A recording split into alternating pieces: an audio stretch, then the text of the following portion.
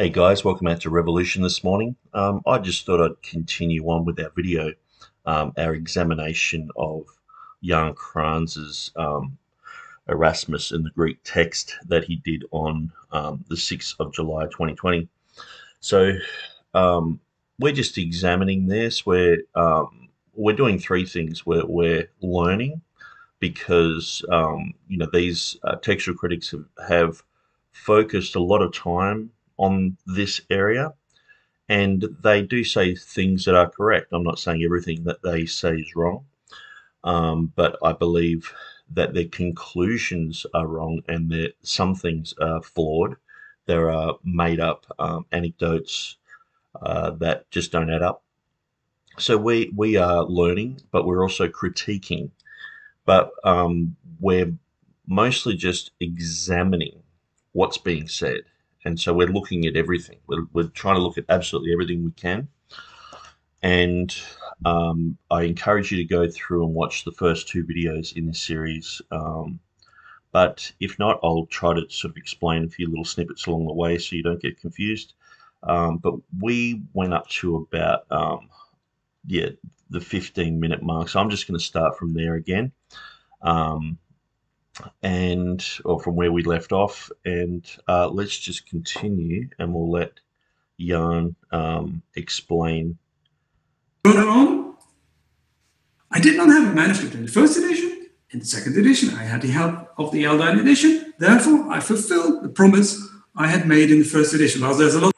Okay, so just first off the bat, I did cover this little bit in the previous video, so I encourage you just to go back and watch the last section of that. To do about the myths of Erasmian promises, but it should be noted that Erasmus did not make such an explicit promise in the first edition. For there, as we see, he only mentions that he had added some words, but in his mind, he interpreted this information in a twofold way. Readers who come across to the true Greek text or a better Greek text can supply it. But how would the reader know, actually? And so that's one of the things where I was talking about the translation, and whether it's the first edition, second edition, whether that's talking about the annotations, or whether it's talking about the text that was borrowed from Reuchlin, or whether it was the actual draft that they had made before they printed, and yeah, so these things have got to be looked at. And if you are wondering why I'm questioning the translation here, well, just for one example, when I asked recently a guy on, it was Timothy Burke, he graciously wrote down some of the reasons why critical text guys believe that Erasmus used a helper to extract the text of Revelation from the Greek commentary, from the Andreas text, that's the Reuchlin's Codex. And it comes down to a personal opinion, really. I mean, if you read Erica Rummel's Latin translation, it says basically Erasmus is saying, I got someone to do this. And so it's like, I sort of ordered it to be done. You know, I got someone else to do it. But then if you look at Andrew Brown's translation of it, and also the Christian Hospitality website, they say we. They say the plural we. So Erasmus is involved in that. And so this is what I'm saying. It becomes like the Nostradamus type of thing, where it just depends on who's translated it and what bias they have and what sort of opinion they want to squeeze into their Latin translation. And so then then it becomes another step detached from Erasmus, which, obviously they say, oh, well, he made errors. He passed it to Erasmus. Erasmus made his own errors. Then they passed it on to the typesetter guys. They made their errors. Then when they were printing it, there was a whole bunch of guys running around trying to rush to print, and they don't use that anymore because it's been so thoroughly debunked. And they seem to claim that they're the guru guys who came up with the idea that he didn't rush to print. But it's quite interesting. Most people still parrot that, and most people still have this whole whole concept that he was just rushing around, and also the commuhenium, the promise, the rash wager, and things like that. So anyway, that's why I distrust some of these translations of the Latin, and I was going through that in my previous video. He himself would remedy the problem at the first occasion, but the effort failed without him noticing it. In the longer apology of the same year, Erasmus first repeats Lee's idea that there still is a problem, but then when he discusses Lee's note against him more extensively, he writes the following. At the end, these words had been omitted by the carelessness of the scribes. And if anyone shall take away, well, this is Revelation 22, 18, 19.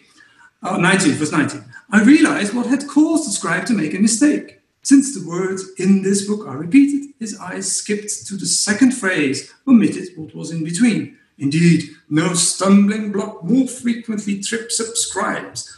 There was no doubt that the words had been omitted, and there were only a few. To avoid leaving a lacuna in my text, I supplied the Greek out of the Latin version. So what's Erasmus saying here? He's clearly saying that he didn't back translate the last 6 verses from Latin. Listen carefully to what he said. But at the end, these words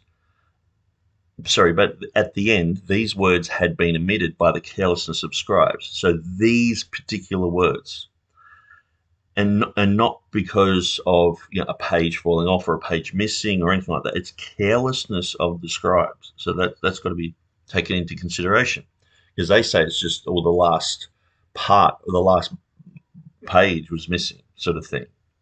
And if anyone should take away from the words of the book of this prophecy, God shall take away his part from the book of life and from the holy city and from the things that are written in this book. And so then he says, this is Erasmus, I realized what had caused the scribe to make a mistake. Since the word in this book are repeated, his eyes skipped to the second phrase, omitting what was in between. Indeed, no stumbling block more frequently trips up scribes. There was no doubt that the words had been omitted, and they were only a few.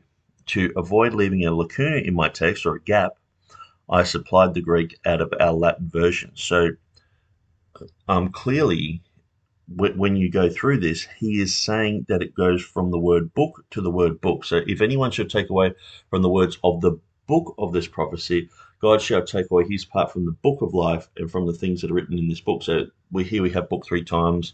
I'm pretty sure it's Vivlos, or it could be Vivlion. But he's basically saying that the word book is repeated. And so his eyes skipped to the second phrase, omitting what was in between.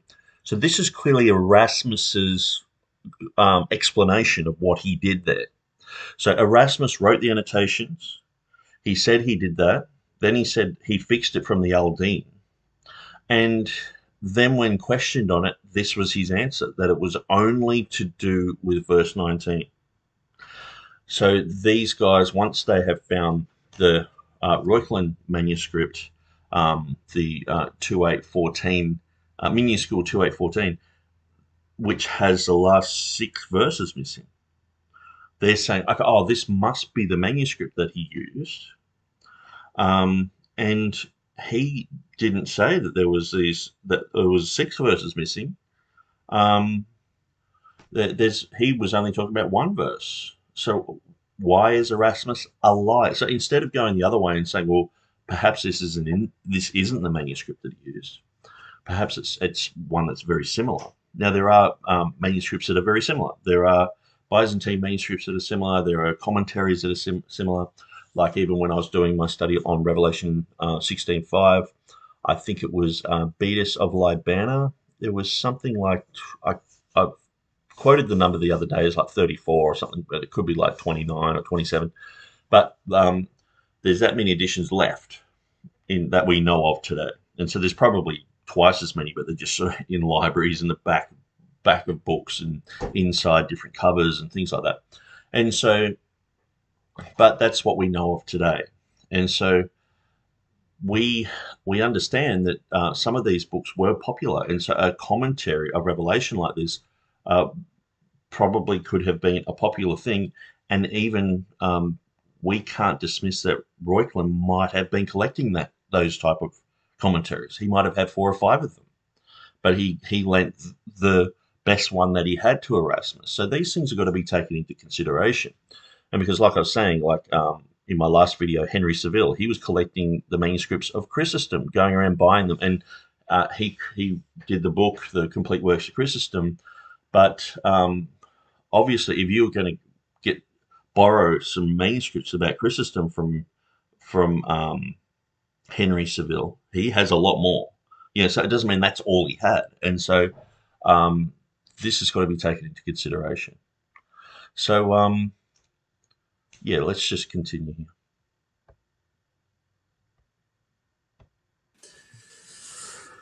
Here, Erasmus states that the missing text concerned Revelations 22:19, and that it was missing because of his scribal error. What is going on here? Well, Erasmus...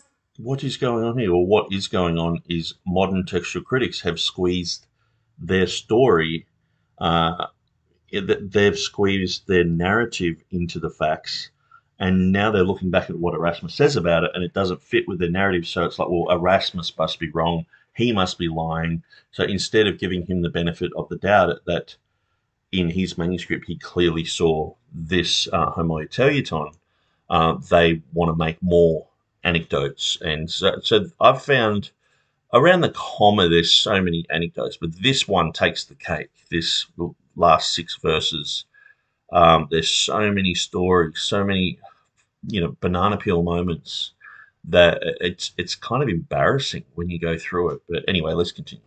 Is spot on in his description of scribal error through homoiouteleuton as a phenomenon, but he is completely wrong in this specific case.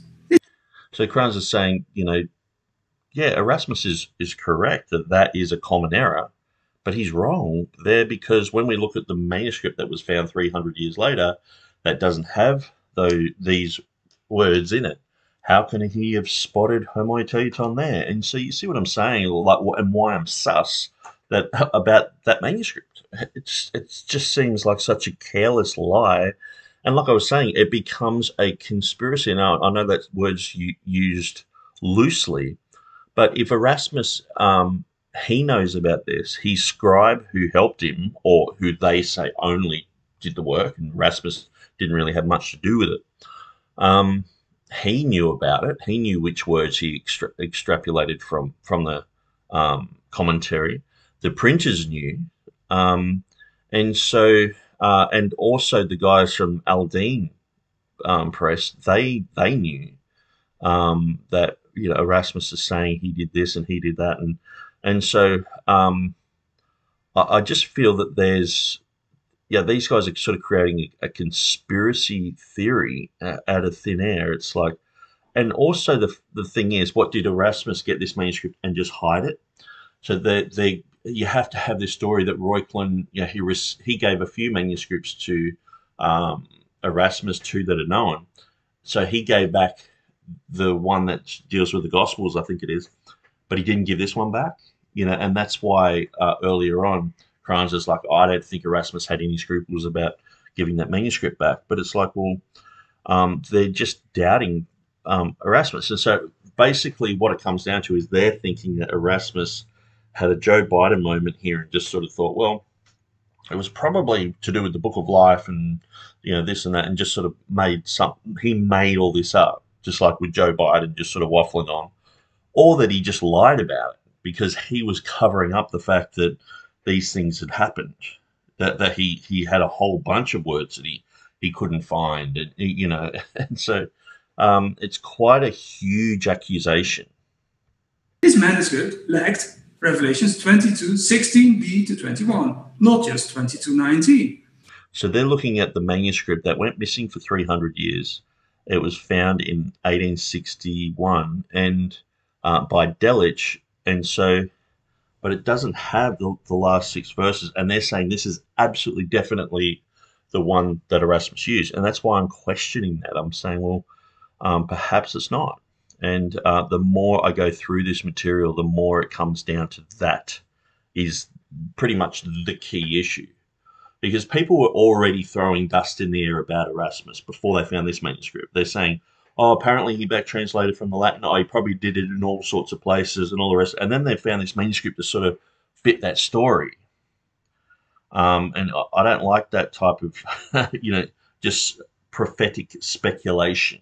You know what I mean? It's like, they're looking for this, this smoking gun sort of thing, and they just, they're looking for the passport in the 9/11 rubble, and they find it. So, man, it's a great story, but it's like, man, your facts backing up the story. I'm questioning if this is genuine. However, there turns out to be a reason that Erasmus singled out this verse and, to put it positively, created a false recollection of the case. Because at the close of his own annotations, his critic Lee had tried to turn the warning of this verse against Erasmus. And he said, I wonder that you have not restrained yourself on the basis of what Revelation says. The obvious implication being that, according to Lee, Erasmus tampering with the text should incur divine wrath. It is clear that he had taken Erasmus' reference to some words as implying just a few lines at most, and could not imagine that Revelation 20-19 was also part of the portion being retranslated. And he did not have the means to verify the Greek text. And he could only react to Erasmus' admission in his annotation, which he understood perfectly as referring to retranslation. In his reaction, and that is interesting, and that's why I think why he singled out this verse. In his reaction, Erasmus inverts the charge. If he had left out the verse, then he could have been accused of tampering, but he rather restored it, if only temporarily. Lee, is surprised that I have not been deterred even by this present passage from daring what I've dared to do. Ridiculous. Why should this law of Revelation 22:19 deter me from adding anything or taking it away? Okay, so he is surprised that I have not been deterred, even by this present passage, from daring what I have dared to do. Ridiculous. Why should this law deter me from adding anything or taking it away? To restore what is lacking is not adding. On the contrary, I would have diminished the text if I had not added what was clearly lacking. And so, like I said, if it was it's not as if these guys were reading the Bible for the first time. It's not as if this would have been the first ever manuscript of Revelation that these guys had seen. Clearly they would have known these verses. They would have known them in many different languages. And the thing is, if I'm working with a text, like I explained in my last video, if we had a text that says God so loved the world that whosoever believes in him should not perish but have everlasting life, we know it should say, for God so loved the world that he gave his only begotten son. So we know, oh, hang on, that's missing. And so we've got translations around us and we're like, hang on, we know that's there. And so that's obvious homoiouteton. It's quite obvious. It's not like, oh, it's got a different reading or anything. It's just, when you spot something like homoiouteton, it overrides manuscript evidence, because when there's parablepsis, there's a line being missed. That can be copied by other people as well, and so you can, just because someone's rubber stamping in the Byzantine era, Byzantine texts, that doesn't mean that there wasn't an early error. Okay. And so in this instance, I don't know of many manuscripts missing all those words that Erasmus claimed. And so I just think that manuscript is missing still. Or perhaps it's, not that there are manuscripts out there that haven't been examined, or they don't want the facts to get in the way of a good story. And so, but I doubt that. I think it's just been lost. Like the one that Delitzsch rediscovered was missing for 300 years. So obviously these things can go missing, and they can go missing permanently. So yeah, I just can't, So the whole thing about a back translation from the Latin, well, he filled in the words from the Latin that he clearly saw were homoioteliton. So that's a different issue, and it was because he said it was about 2 lines. He said he was able to fill them in and all the rest of it. See, these guys are saying it's 6 verses because of this manuscript that was found in 1861. And I just, to me, when you read through Erasmus's material, I mean, surely even Reuchlin himself would have gone, hang on. People would have been reading Erasmus's material. Lee's critiquing. Imagine you're going through a critique. I know that we're used to this in the modern era, like someone like, Joe Biden getting up there, or even Donald Trump, or half the leaders in the world. I'm sorry, I probably upset a bunch of people who love Donald Trump. But at the end of the day, many of these guys, when they're cornered, they'll say things in a political way to get themselves out of trouble. And I think people are just putting this on Erasmus, like he's in trouble, he's been busted, he's just sort of making up stories to try to get out of it. But it just seems so ridiculous that the fact checkers back then, they would have been all over it. This is a huge issue. This is, Lee is representing the views of many people. Many people sided with Lee. Many people were against Erasmus. And so many people wanted to see Erasmus fail, and they were looking at cracks in his arguments. And so this would have been a huge issue. And so it just doesn't make sense to me.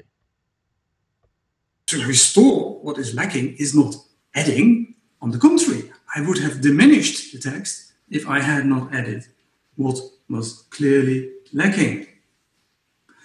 Here indeed we detect an important motive behind the retranslation. It was part of his responsibility as an editor. Let us pass to the internal evidence. In 1861, the minuscule manuscript used by Erasmus, or rather his assistant, resurfaced and was studied by Delitzsch and also by Tregelles. Well, there can be no doubt that this manuscript is indeed the one that was used, as numerous details show, and as the internal criticism, if you do it, also demonstrates beyond a shadow of a doubt. But there is some external evidence here as well. The manuscript cover. Okay, so he's saying, there's absolutely no doubt whatsoever that this is the manuscript. And yeah, so we'll just continue. Mentions Reuchlin's name, and it is located in the possession of Froben by a note from a former owner, showing that it was given away by Hieronymus Froben in 1553. Okay, so 1553 it was owned by Froben, and so we know that Froben was part of the printing of Erasmus's editions. So, but the thing is, when Erasmus made this book, they sold like hundreds of thousands of copies of the Greek New Testament after that, and so that would have made Froben and Erasmus very wealthy, and they could have turned around to Reuchlin and bought copies of him. You know what I'm saying? So like, I understand they've got their story that they're going with. And the thing is, Metzger makes up stories, these stories to try to fit in things whenever, it's contrary to what he thinks.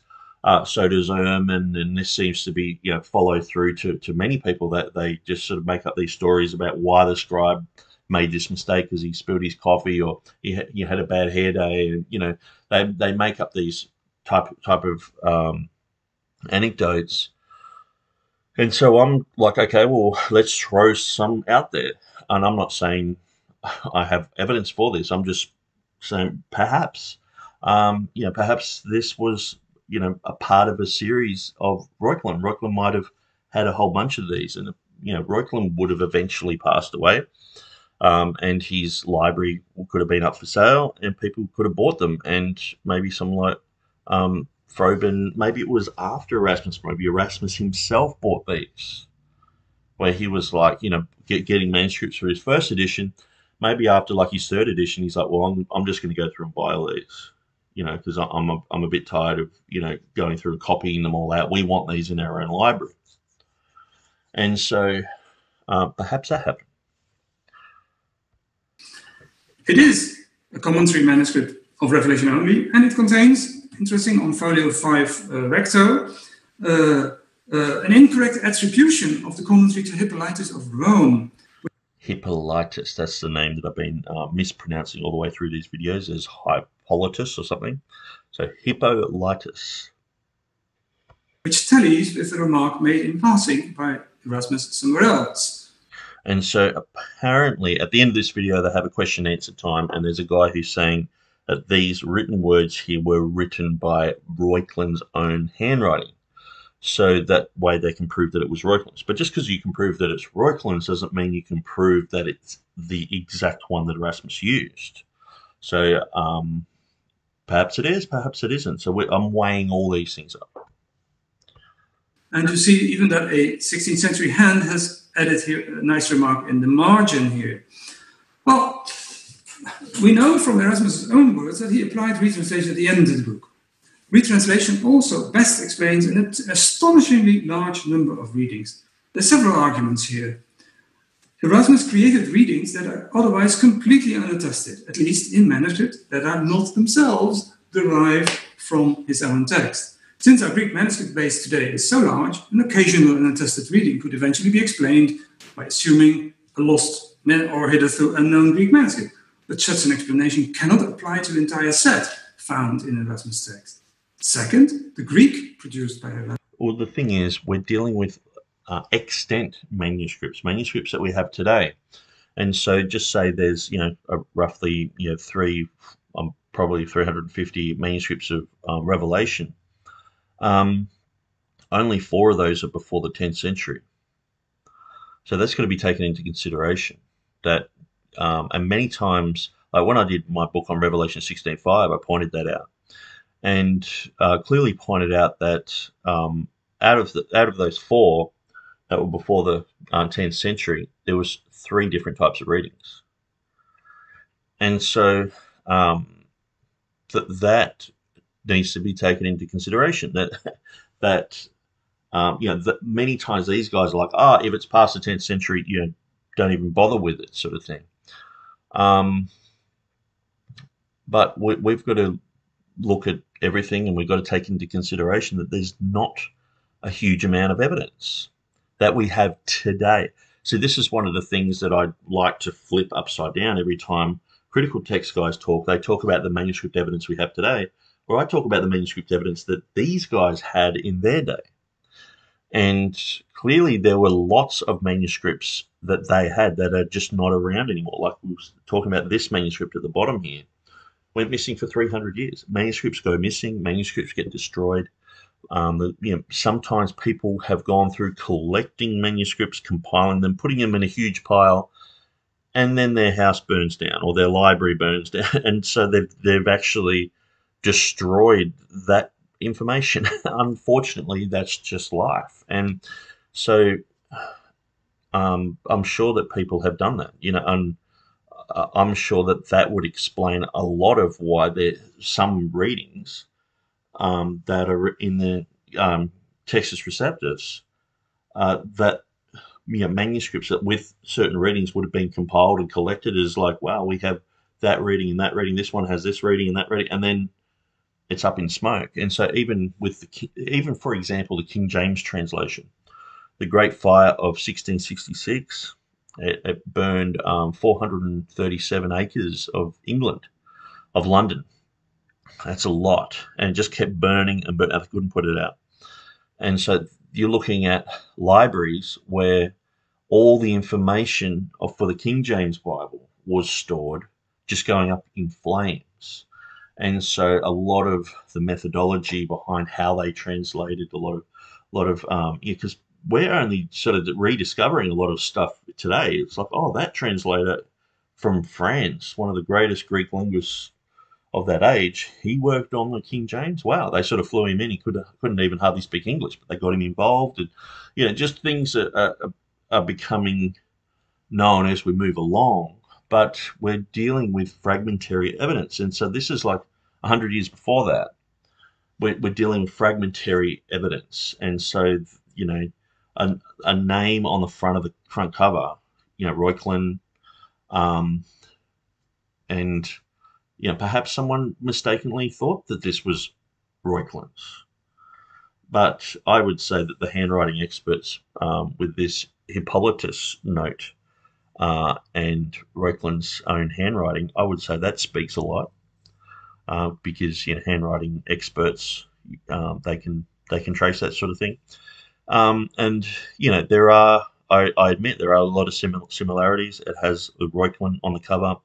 It was owned by Froben, but like I was saying, perhaps they bought the whole collection of Reuchlin. Perhaps they did that, So we're reading into this, and we're making up our own story. These guys are going in a way which makes Erasmus a liar, which downgrades the Textus Receptus, which makes Erasmus, Stephanus, Beza, King James translators, and any TR, KJV supporter idiots, So it's like, hang on, let's just look at the other side.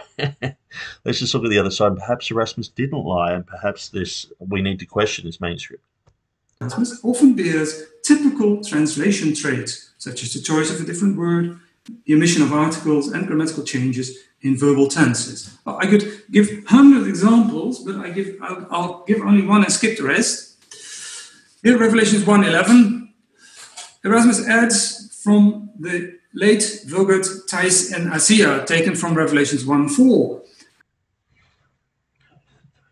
Yeah.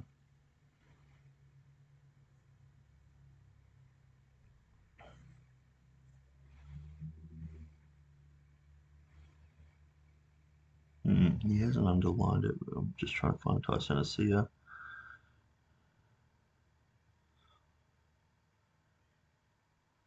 Okay, I won't bore you with me trying to find that. And he omits an article, so it should be Thais NT Asia. So this omission of the article is very typical for Erasmus, as people who've studied the final verses know. This reading actually is attested in some manuscripts, but all those manuscripts are copies of printed editions.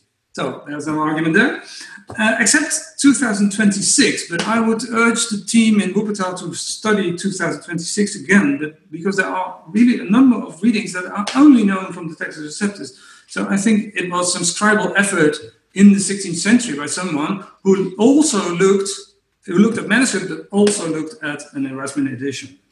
And even there is a Beza reading that Beza introduced in 1582, found in 2026. So there is. So it would have been good for him to point that out. Well, I mean, Beza's reading 1582.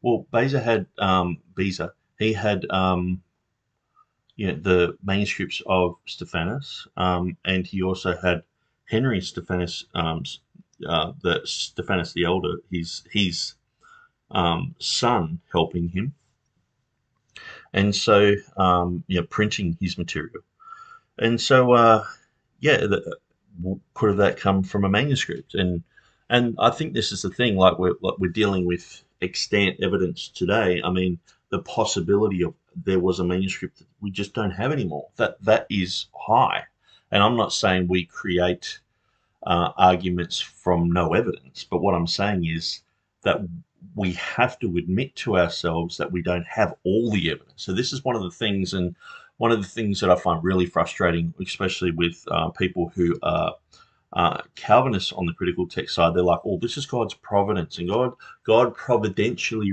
has all these manuscripts for us today." And it's like, yeah, but a lot of it's burnt up. It's like, well, what we have today is God, protecting it all and all the rest of it. And it's like, but God can't do that through printed editions. Of course, He has to do it through the manuscripts, And so it's quite annoying. It's like, what, you can't admit that perhaps some of these readings just aren't there.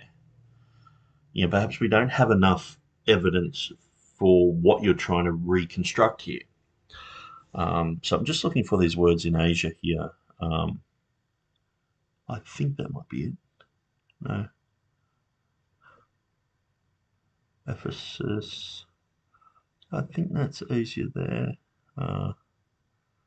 Anyway, let's continue. Some work to do there. I'll skip some. And so he did mention another manuscript. I should just rewind it there so we know exactly which one he's talking about. So 2154. Just go back to there.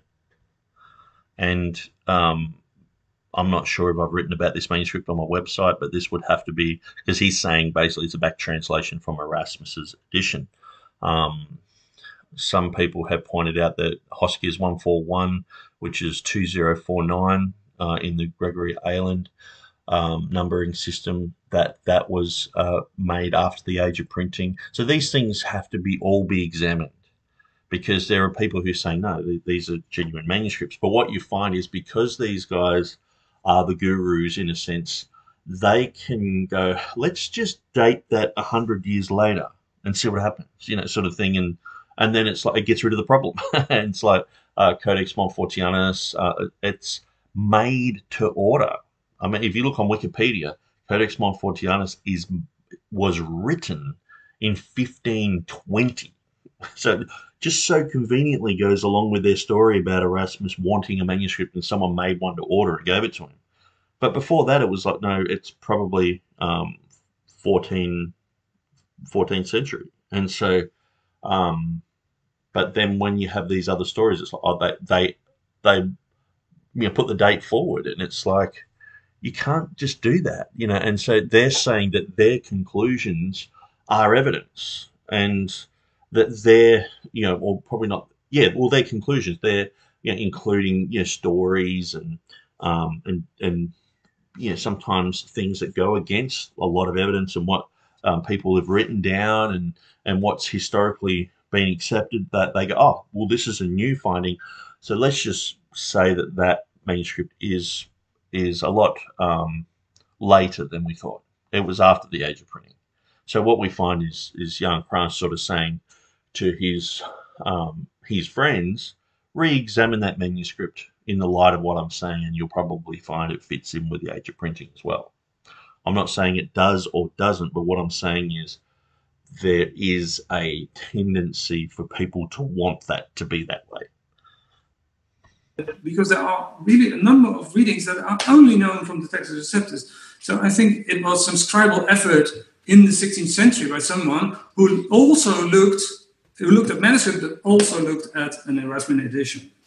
And even there is a Beza reading that Beza introduced in 1582, found in 2026. So there is some work to do there. So 2026. So that's another manuscript that we're going to examine and look at. I skip some pages and I come to, because I have lots of. Okay, so he's talking about Revelation 5:14 and Revelation 6:1. So I'm not really sure exactly where he's going with those, but lots of information, but time is running out. Okay, so let's just go back. Yes, we'll just found in 2026. So there is some work to do there. I skip some pages and I come to. Okay, so we skipped already one page, 56. 2026. So there is some work to do there. I skip some. Okay, so he skipped some pages. Revelation 2:2. So he's talking about this reading here. Kai epipassus to legontus ephdos apostolus. And so where it is here, it's just pretty hard to read. Okay. Yeah, anyway, I won't bore you with me trying to find that, but that's just one clip that he's got in his PowerPoint in there. and so sort of saying, okay, this is proof that this manuscript here, 2814, matches up with this. Well, if that could be true, if there's 2, 3, 4 of these manuscripts around, and so that's where I've got to look at the manuscript evidence for the Andreas text of Revelation and see how they match up together. Because do they have the same reading? Were they sort of, throughout history, was there a sense of the Byzantine guys just rubber stamping this type of manuscript? So we'll have to have a look at that. So I know that the one that's in print you can download as a PDF. It doesn't have this 6 verses missing at the end, or it doesn't have homoiaton issues, and so I would say that there are differences, but there probably are a lot of similarities as well. So pages, and I come to so Revelation 5:14 and 6:1, as we mentioned, so they must be issues there as well, and so worth looking at, because I have lots of information. Okay, so Revelation 21:24, the curious case, and so so that's got to be looked at as well. But time is running out. Curious case of 21:24, alternation of Menon and Epmania commentary. So they've mixed up the text and the commentary. So the red is marked as text and the other one is commentary. So okay, so that's like another proof of what's happened. So we'll have to look into that.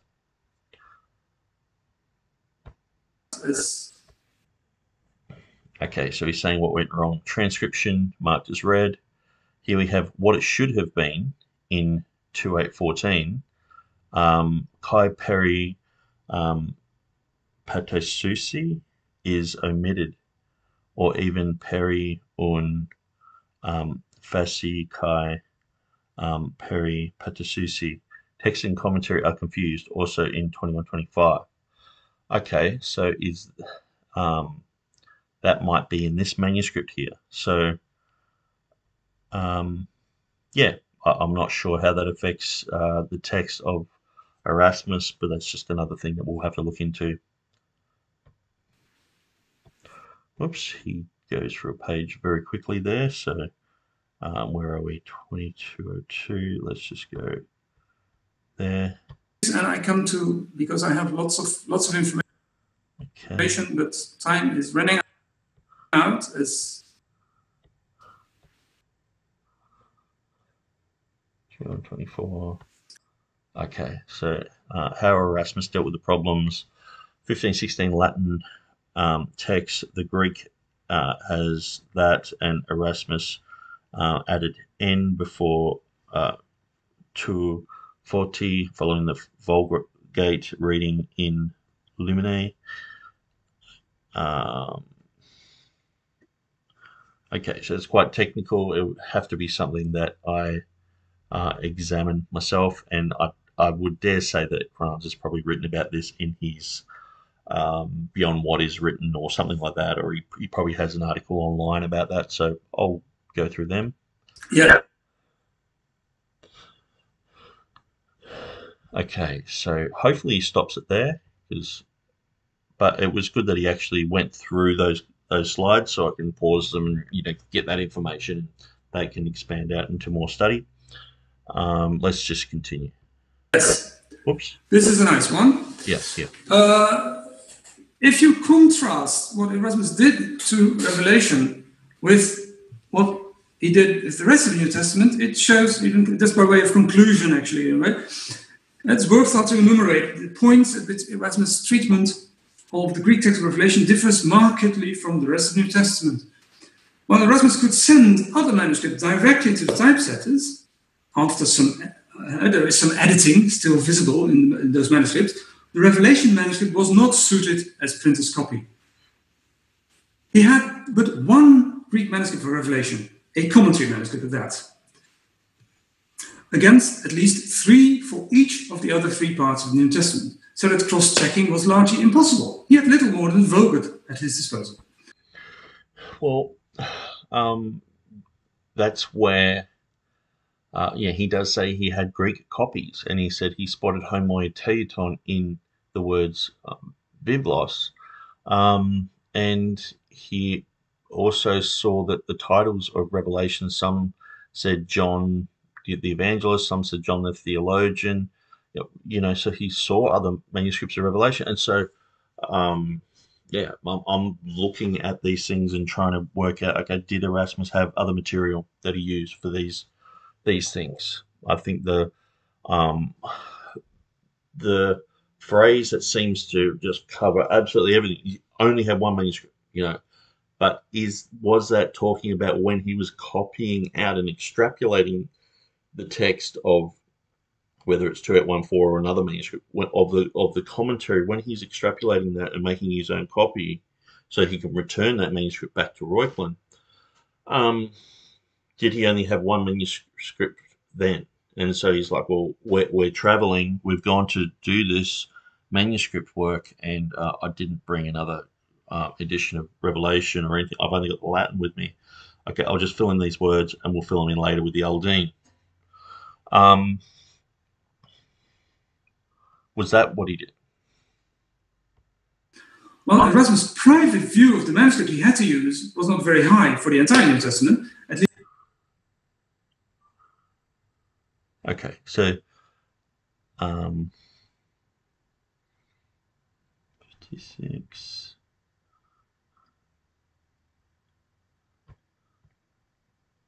He had but one Greek manuscript for Revelation, a commentary manuscript of that, against at least 3 for each of the other 3 parts of the New Testament, so that cross-checking was largely impossible. He had little more than Vulgate at his disposal.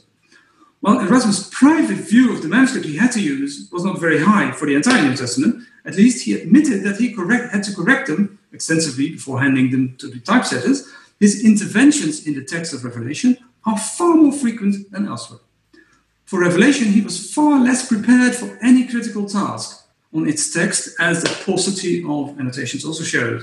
It can even be doubted whether he'd ever made a collation of a Greek manuscript of Revelation and its Vulgate text in the preparation in England, as he did for the other parts of the New Testament, the very origin of his. Okay, so he's saying that Erasmus didn't even make any preparations for his Vulgate text in England. It goes on to other concepts. Annotations. And in Revelation, there is a pattern of pro-Vulgate corrections in the form of retranslations of the Vulgate into Greek, whereas in other parts of the New Testament, such interventions occur, but only very occasionally. And in the case of Revelation, Erasmus had to improvise far more than in the other parts of the New Testament. He did so contre cœur, not only because of his tremendous workload in those years, but also because of his low view of the book. He had a low view because of the way Jan Kranz translates Olam. Erica Rummel says the Greeks were doubting the authenticity of Revelation, or who authored it, where Kranz says Olam means Erasmus doubted who wrote it. And so Jan Kranz, in a conversation on Facebook I had with him, he did point out some other places where he claims Erasmus had a low view of Revelation. So I'm going to go through those, and he said there was many others, and so I would like to know where those places are. So that's another thing. I've got to dig through some old Facebook posts and find those things. So let's just continue. And finally, only in the case of Revelation, he really had something to hide. Full exposure of what he had done to its Greek text would have invalidated the text-critical foundation of his work and endangered his entire New Testament project. In just one aspect, Erasmus' treatment is nearly identical in all parts of the New Testament. In later editions, he never undertook a real revision of the Greek text. At this point, Revelation fared even somewhat better than other books, since in his 1527 edition, Erasmus took over a larger number of Complutensian readings here than elsewhere. I think I can stop here. Okay, so I'm just going to read through these 8 because he does elaborate on them quite a bit. So I'll read through them, and then I might just go back and let him, say that 2 or 3 minute section again without me stopping, so we can sort of, because I found that because he wasn't saying the numbers, I'm like, where's he up to? So he's saying 2A14 was not suited as a printer's copy. Yes, or any manuscript of a commentary, they would have had to have grabbed a line or two here and there and just bring it into another manuscript. So they had the manuscript, then they had to write out their own manuscript. And so whether it's 2814 or not, I'm not sure. So 2814 was the only available manuscript and a commentary manuscript at that. And so where I'm not sure whether they were talking about 2814 was the only available manuscript for the printers, or that they only had of Revelation, and because specifically he said I've amended these couple of lines in verse 19. The eldest, whether it's the eldest edition, whether it's the eldest pre printed edition, that fixed it, and Erasmus said that was done, that was fixed. So that's going to be taken into consideration. Was it just fixing his manuscript, or was it fixing the actual text? I'm not sure. So I've got to learn that. I've got to figure that out. But I'm just doubting the narrative that is by Jan Krantz here. So number 22814 was the only available manuscript, and a commentary manuscript at that. And I think having a commentary manuscript actually complements the text. Like I was saying in my previous video, a commentary, you have, if you read any commentary, they're usually talking about the subject matter, and that can help you to see if they're talking about something that's not there anymore. You might say, hang on, do I think that word is genuine? There in the commentary, they say, whether it's an angel or an eagle, say in Revelation, we know that there are sometimes these differences in modern versions, and a commentary points out these type of things. And so there are far more editorial interventions in Revelation. Well, when you believe the critical text side of things, that he only used this one manuscript, and so you get that and go, what did Erasmus do? How did he come up with these readings? He must have used the Vulgate. Oh, so then any change in that manuscript becomes, it's full of these variants. It's full of Vulgate readings, sort of thing. And so that's, this one story, they're blowing it from a couple of lines in Revelation chapter 22, verse 19 to 6 verses. Then it's blown out, so the whole book of Revelation is tainted. Then that puts a whole doubt on his whole project, because he's a liar and he's covering up for himself, and he doesn't want people to know what he's really done. Okay, so that's why I'm saying these guys are good at just one tiny little crumb of information, and it's like they have had committees sitting around saying, what other thing can we add to this? It's like, how about he was just crazy? How about, he just, I don't know, maybe he was running around the workshop so quickly that they were, having all the Greek letters and they were falling over themselves and they spilled ink all over their head. I'm sure that it's almost like they've sat around and said these things, because some of the things that they're saying are so out there.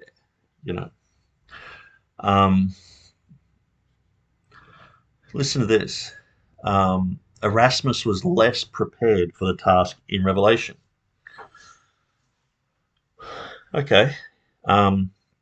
We'll rewind it and see what Krantz says there, but he's less prepared for the task. Well, I mean, one of the greatest Greek polyglots. He knew Greek, he knew Latin, he knew many different languages.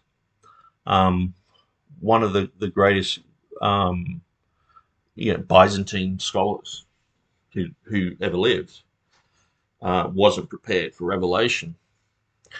I mean, he knew Johannine literature. He he knew translations like the Latin.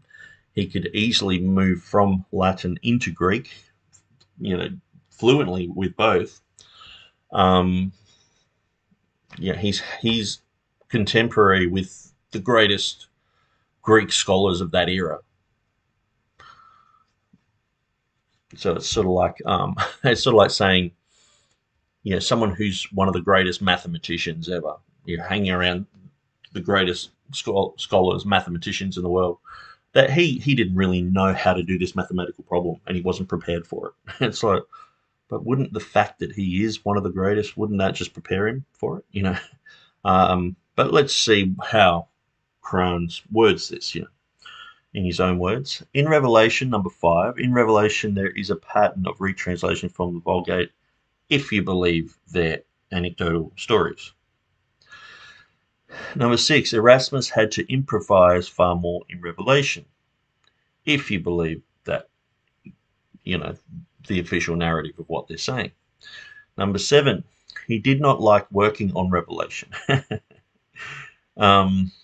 It was like, man, I don't want to work on Revelation. Every other book, I've got all this manuscript evidence, blah, blah, blah. This one, I hate it. I hate Revelation. You know what I mean?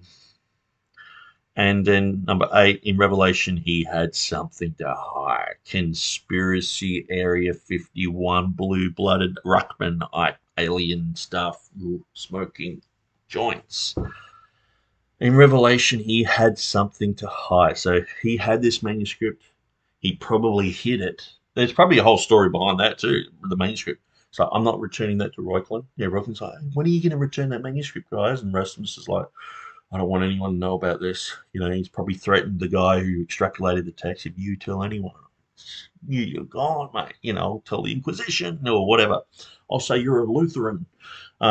He's hiding this manuscript and looking around, and then finally, he dies, and the manuscript is sort of, buried for 300 years, and he made sure of that. He gave it to some guy and said, hide this, And so the Freemasons were looking for it, and they couldn't find it. And the Protestants, and then eventually, Delitzsch found it and revealed that, he was a liar.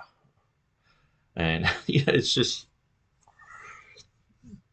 like I said, I don't have a definitive story to replace this yet, but to me, this story is just getting easier and easier to mock.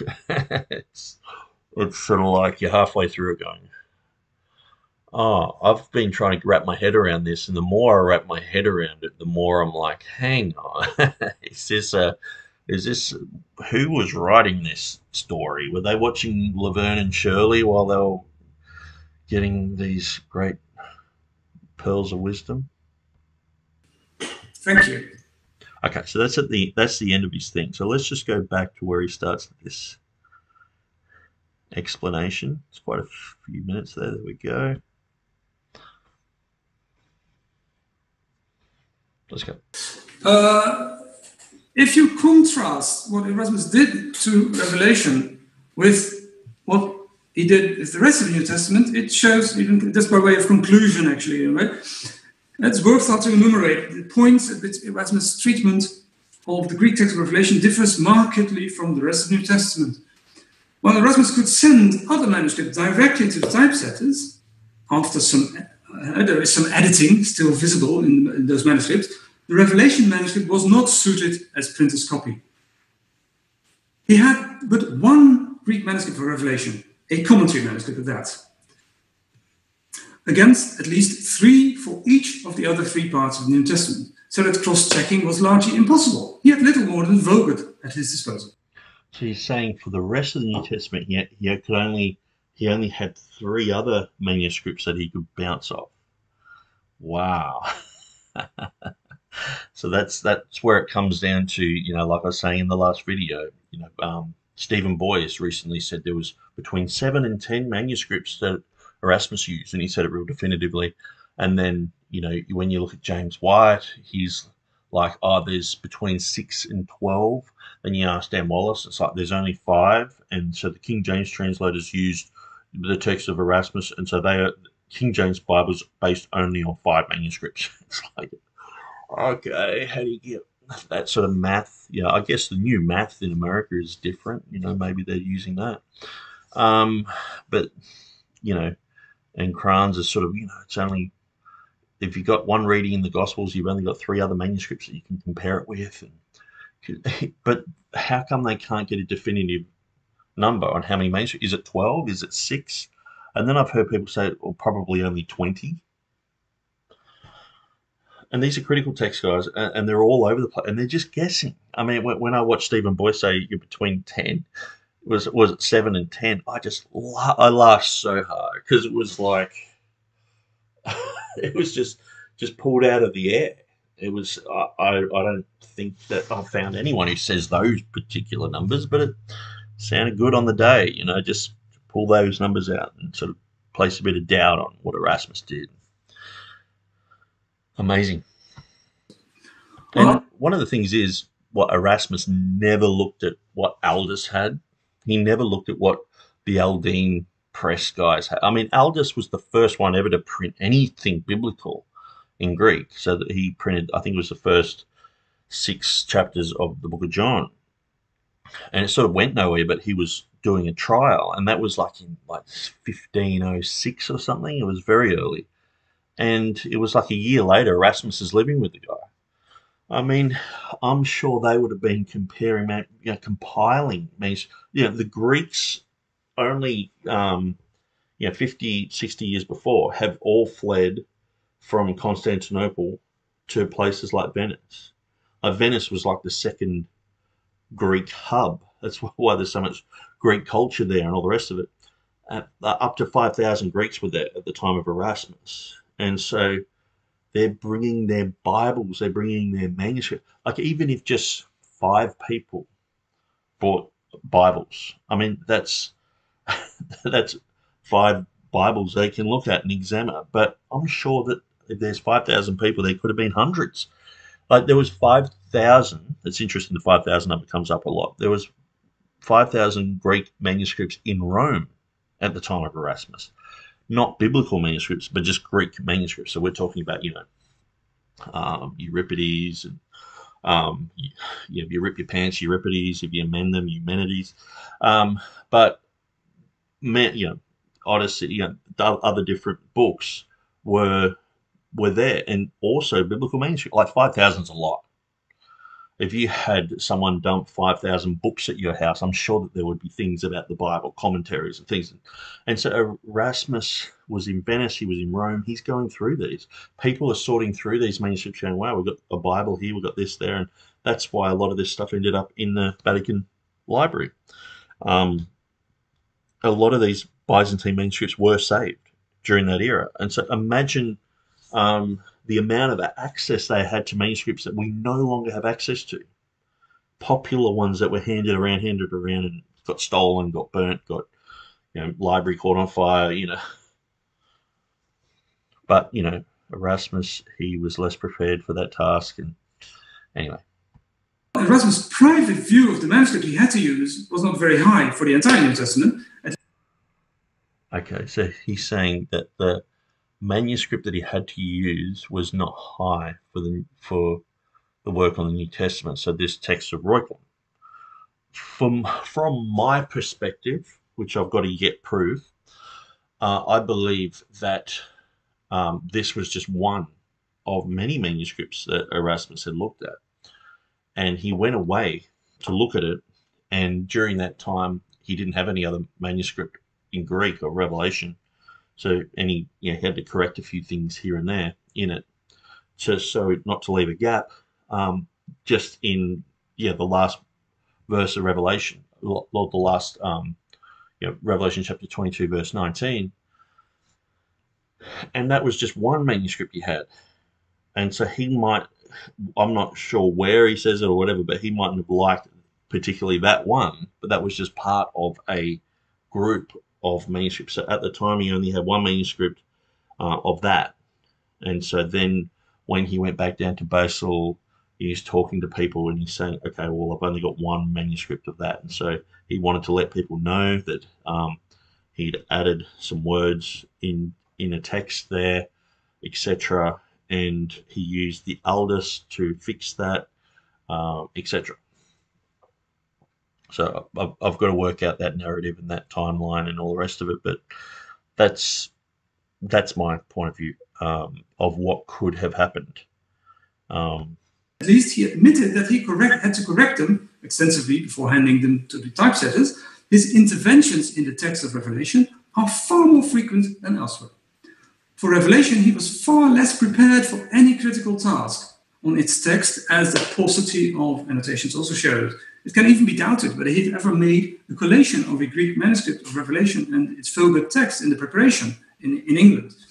So you notice that I brought that up in one of the earlier videos, probably last night, and I was saying, well, Erasmus did a Greek edition, a Latin edition, and so here Kranz is saying we doubt that he even used the Greek for Revelation in his Latin edition, and I was like, because the thing is, if he's used a whole bunch of Greek manuscripts earlier to do a Latin translation, and this is a Latin Greek edition later on, surely he would have been looking at manuscripts from all over the place, and so how many manuscripts do we know he used for his Latin edition?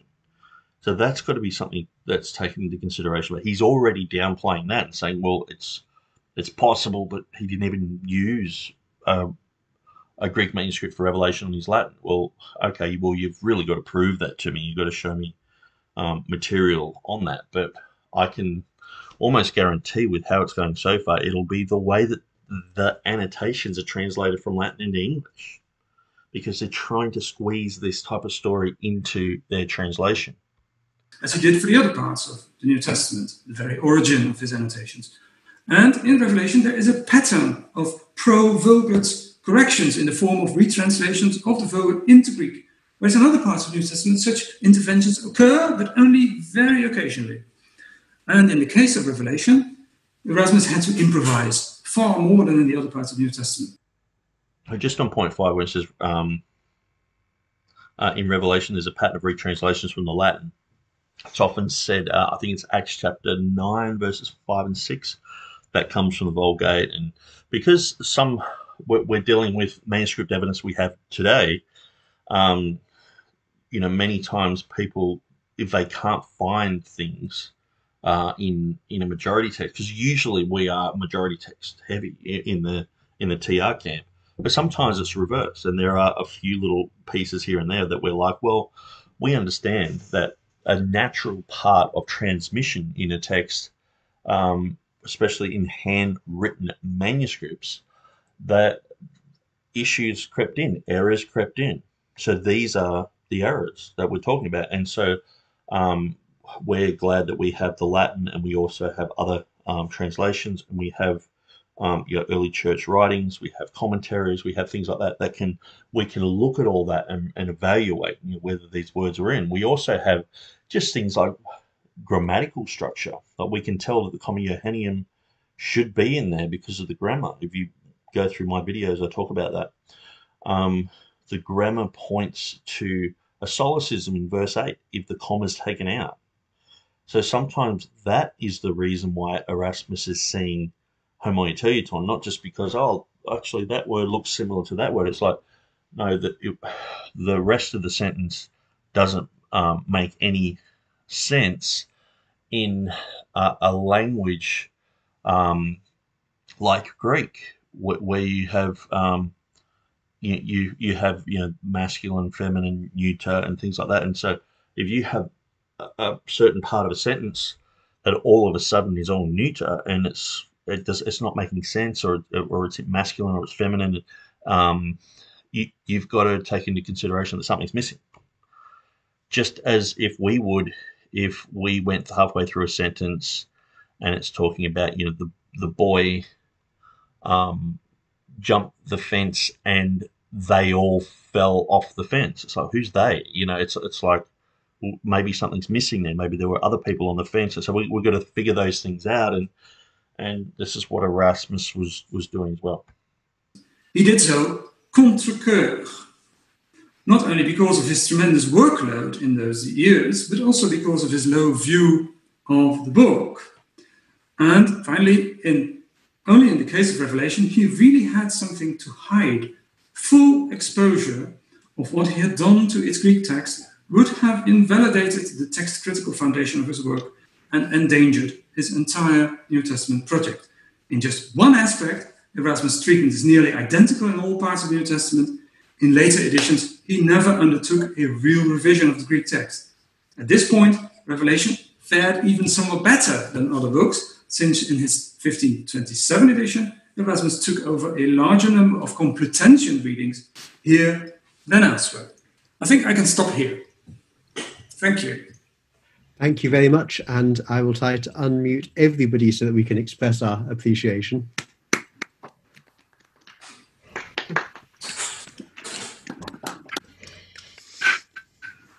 So Jan, there's plenty of material you've given us, and in addition to that, the hints of another interesting reading, if not enough people ask questions, that we could ask you to go back and show us the slides which you presumably developed with much care but had to pass over. So I think the facility to ask questions is familiar to us all. I'm going to press the mute all button, and then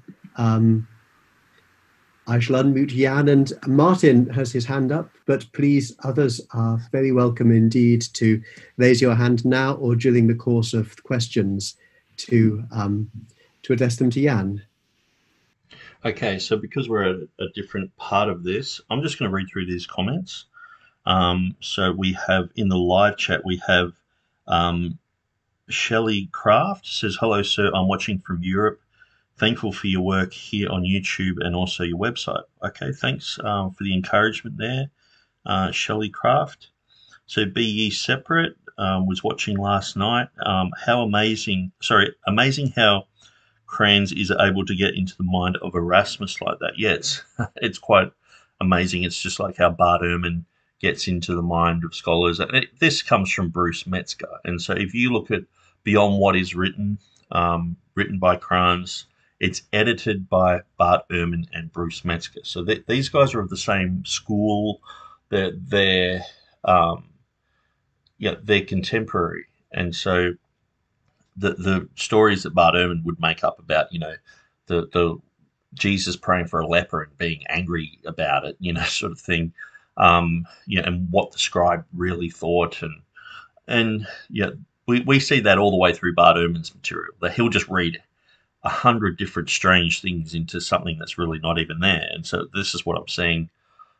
Just because someone is still within the realm of Christianity, I mean, Christianity is such a broad term now, I mean, you can just get someone who's just not even a Christian at all, and they just every now and then say, "I'm a Christian," and people like other Christians will rebuke you for saying that they're not a Christian, or for examining their fruit, or I mean, it's quite amazing. It's really quite amazing how low or how people don't read the Bible anymore. They've got these things where they're defending verses, or because these guys think they're actually defending against the corruption of the Textus Receptus, where we're protecting ourselves and other people from their liberal concepts. But regardless, it's like, man, how many people are actually reading the Bible? How many people? I was talking to, because the Australian Prime Minister here says that he is a Christian, and he's just been. The French Prime Minister just said he's a liar. He just lied right to my face, and many other people are coming out and saying, well, he lied here, and they're just showing clips of him lying on campaign trails, and it's just become a bit of a thing. And so I just jumped online and said, he's a liar. He's definitely not Christian. And people are like, how can you say that? It's like, well, because Christians don't do that. Christians don't live like that. The Bible is very clear. If you commit sin unto death, it just says don't even pray for such a person. If you commit sin, if you lie, okay, we can pray for you. And if you see someone going down that road, someone who's habitually living in the Galatians chapter 5, where they're liars, they're fornicators, they're into witchcraft, they're into drunkenness, it just makes much more sense to say that they're not saved rather than to try and defend them. Oh no, they're Christians, but they're just not obedient at the moment. You know, Jesus, read Matthew 23, where Jesus was like, "You bunch of snakes," and anyway. It just amazes me that people, they don't read the Bible much, who are so involved in text criticism. And so, but I can tell, you know, even just by your title, "Be ye separate," it's like, yeah, separate from this world, separate from. Got the cops there. They probably found someone without a mask here in Australia, probably ready to throw some grandma on the ground. Shelley Craft said, "Still more manuscripts than that. What the critical text is based on." Well, that's exactly the point. Many times these guys, when it comes to, usually we're majority text, we've got a lot of manuscripts behind us, but sometimes it's reversed, and it's like, well, there might be a whole bunch of Latin, there might be a whole bunch of early quotations of this verse, but in the Greek it's sort of dropped out, like say 1 John 5:7. But then these guys become majority text all of a sudden, and they start counting majority text. It's like, well, you guys only had like 4 manuscripts and another 5 or whatever in the margins, and what a joke, sort of thing. And it's like, well, we know that there's slim evidence there in the Greek, but we do see that it was there, and we do see that without 1 John 5:7 there is a grammatical error that occurs in their critical Greek text. It's not in the TR. It's called a solecism, and so they can't explain why it got there. They believe John made that mistake, of course, you know, made basic grammatical blunders. And so, but we clearly know and understand that some of these things dropped out of the Greek. That's just a normal part of transmission. If you grabbed the Syriac text and you went through the transmission, you'd see, oh, that dropped out. Yes, that's interesting. If you got the Armenian texts and you looked at that dropped out, that's interesting. Or that got added in, or this word got morphed and changed, and they thought it meant this, but it meant something else. And you would see that in every line of manuscript. And so the Greek wasn't exempt from that. And so that's why people like Erasmus were going to the Latin, were going to the commentaries of Cyprian and Chrysostom, and they're looking at what they've written, and they're writing whole sermons on verses that aren't there in the critical text, but they are there in the Byzantine TR type text. And so 1 John 5:7, all of a sudden they're going majority text. You have to have a majority text for it to be TR, and it's like, okay, let's look at the last 12 verses of Mark. We have 99.9% of the manuscripts back up that reading for the TR. So there's only 2 manuscripts that don't have those verses, as Vaticanus and Sinaiticus. But you have, I'm pretty sure it's 1,637 or 17. I'll say 17 manuscripts that do have it. So basically, that, you know, out of, if my numbers are correct, 1,619 manuscripts, 1,617 have it. So only 2 don't. So we have the vast, vast, vast majority there. And that's 12 verses, okay, that they just delete straight in the bin. Okay, so if I said to them, okay, how many manuscripts would be enough for 1 John 5:7 to be viable to you guys? And so out of, say, 500 manuscripts of 1 John chapter 5, if I was to say, okay, well, we have 100 manuscripts that back up the Comma Johanneum, will you accept it? No. 200, will you accept it? No. 300, no. 400, no. We have 498 manuscripts out of 500 that have it. No. The majority text for them is never enough. Just look at the last 12 verses of Mark. If it's not in Vaticanus and Sinaiticus, they throw it out. And so that should show you that when they go and appeal to the majority text in half of these verses, that they're not appealing to a majority text for any other reason than to just create a side issue argument that they don't even believe. they're just throwing dust in the air. But yeah, very, very, very good point. So Matthew Murphy Rose says 3 for each section or book. That is what it sounded like. Replay it. Okay, yep. What, 3 manuscripts for each section or book? I'm pretty sure that's what I was saying. Like, between Matthew and Jude, that there's 3 other manuscripts that they could look at, for each section, when you average it out, sort of thing. At least 3 for each section. Shelley Craft says, do you have any videos or articles on the website concerning 1 Timothy chapter 3, verse 16? I was not able to find any. As far as I understand, the critical text reading is not correct as far as grammar. That is why they invented the song theory concerning 1 Timothy chapter 3, verse 16. Thank you very much. Yes, I've done a little bit on 1 Timothy 3:16, but not extensively. I should really do a whole section on it, but as you can see, I'm in 20 different projects. But just let me summarize. 1 Timothy chapter 3 verse 16 has a predicate without a subject, and so which is a huge grammatical error. It's one of the worst grammatical errors it is the worst grammatical error in the Greek New Testament of the critical text. And so this error isn't in the Textus Receptus. The vast majority of Greek manuscripts have theos.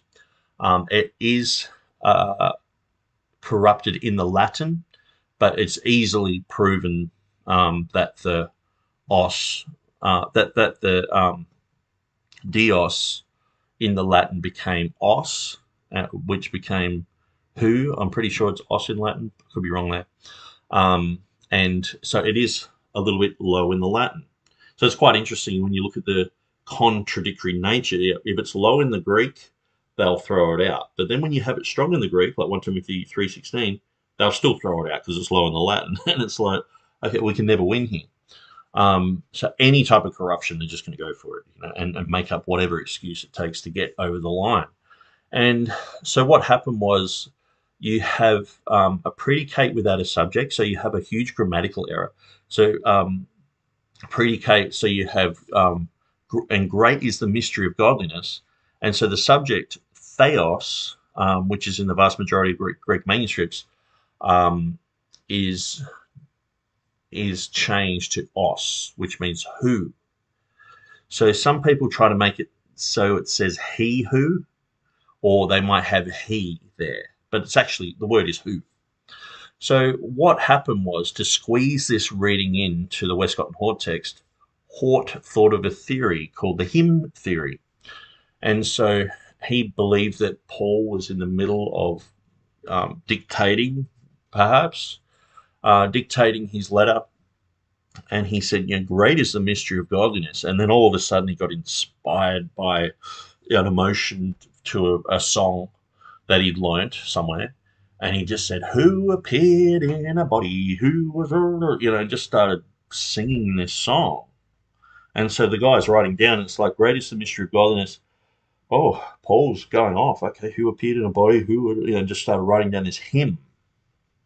So that's why you'll notice that section in many modern Bibles is in what's called strophes, where the letters are put to the side a bit, like some of the Psalms. It's not a full italic, but it's called strophes. And so this comes from Hort's theory that, Hort obviously had a whole resource of ancient documentation for this, and he had absolutely zero evidence. He just made it up. He was just like, how am I going to imagine? Well, it's interesting that when you read some of the testimonials of people who worked with Hort, they said that he with his words and his charisma could persuade the committee of any reading. So you imagine he's on his way to work that day and he's just like, how am I going to say this? Or imagine it's just a song, because he abruptly just changes it, and we know it's a massive error. It's the biggest error we've got in our Greek text. He had to just shift gears. He broke into song. So he just turns up, it's an ancient hymn, and just convinces them it's an ancient hymn. and it creates, this issue. It destroys. God was manifest in the flesh, the greatest text saying that Jesus is God. You've got the Word was with God, the Word was God, all this. Great is the mystery of godliness. God was manifest in the flesh. I mean, you have to go from, John chapter 1, verse 1, in the beginning was the Word was with God, the Word was God. Then down to verse 14, the Word became flesh and dwelt among us. You have to go through this whole thing about, with Jesus. Or you can just have this one verse. It just sums it all up. Destroyed. Now, Unitarian, that's a bit like a Jehovah's Witness, but a bit different. Unitarian George Van Smith didn't believe in the Trinity. He worked on the Westcott and Hort Translation Committee, or their editorial committee, whatever you call it. I'm not sure what you call the Greek side of it. But he was so glad that they had changed this. And it's mentioned in his book where he talks about the doctrines being changed. So the doctrines that support the deity of Christ, that support the Trinity, these were changed. And he was so glad about that. So he wrote a book about it. And today they're like, no, doctrines change. And like, he's a Unitarian who worked with Westcott and Hort saying, doctrines are changed, and I'm glad about it. It's like, okay. But don't let the truth get in the way of a good story. Just let the good story continue. Let's check out some of these other ones. So hopefully that sort of sums it up for you about that. Shelley Craft. The song theory. Yeah, so I've answered that. Be Separate says, Wiley warned us of the many forgeries which have emanated from what the Greeks have reproachfully termed the native home of inventions and falsifications of documents, i.e. Rome. Okay, interesting. And so, that's something worth looking into. Thanks for that quotation there. Matthew Murphy Rose says, it came across like you misunderstood him saying 3 + 1 for Revelation 4 in total. That's not what Kranz was saying. Just a heads up. Okay. Yes, I wasn't saying that at all. I was saying that he's clearly saying there's only one manuscript. And when you look at the rest of the New Testament, he's sort of saying that he only had 3 to examine from one other text that he had. And so, I guess he's saying an average of 4. And that's why I was talking about the numbers, varying between, James White and Stephen Boyce and Dan Wallace and Bart Ehrman, they just guess it. Where's the official numbers? How many do you think are there, Matthew Rose? Do you know? And who would you go to find that number out? That's an interesting question. Martin, speak. Yes. Others first, if there are others. Jan knows I have learned very much by Jan. I love this guy's accent. It's so cool. Kranz, yeah. Thank you so much for your work on Erasmus. We are publishing this year a study on the manuscript 2814, the Codex Reuchlins. Yeah. No. Yes. Okay, so he said he's publishing it that year, so that's 2020. I'd love to get this book. And it was possible to identify the hand of Reuchlin. Günther Hägele, as the Codex is today, is in Augsburg, and there the librarian of Augsburg has identified the hand of Reuchlin. Hic citator Hippolytus is the hand of Reuchlin. Okay. Therefore. Okay, so the one that I was pointing at, the handwriting where it says Hippolytus, that was the handwriting of Reuchlin. Erasmus knew that Hippolytus is quoted, but isn't the author of the commentary. Okay. Okay, so, but, because I was thinking about this, Reuchlin's written that there because that would have been part of his study or looking into these things. It's like, well, I'm going to write that in the margin. That, if you're writing, say, a commentary on, say, John Gill, but John Gill is going back to Calvin, then you can sort of go, okay, well, okay, this goes back to John Gill, and then you might write in brackets, you know, this does have a lot of Calvin's notes just directly quoted in that, and so you might write that there, you know. So that's where I would think that that's what Reuchlin was doing. And one other hint, yeah. Now, against the critic of Erasmus, one must say there was a strong competition to Complutensis. And the Complutensis manuscripts were very old too. Or one must say it was said that the Complutensis manuscripts are very old. But the Complutensis manuscript of Revelation was younger than 2814. The manuscript of which was used in Complutensis is lost. Erasmus could not control it. He was convinced that he had an older manuscript, yeah, and we must say today that textual form used by Complutensis, yeah, developed in the 11th century, and it is probable that the manuscript was a manuscript of the 13th or 14th century. And Erasmus' manuscript is late 12th century. It is not as old as Erasmus thought, but it is not younger than the Complutensian manuscript. And the maximum of manuscripts used in the Complutensis were 2 manuscripts. Mm-hmm.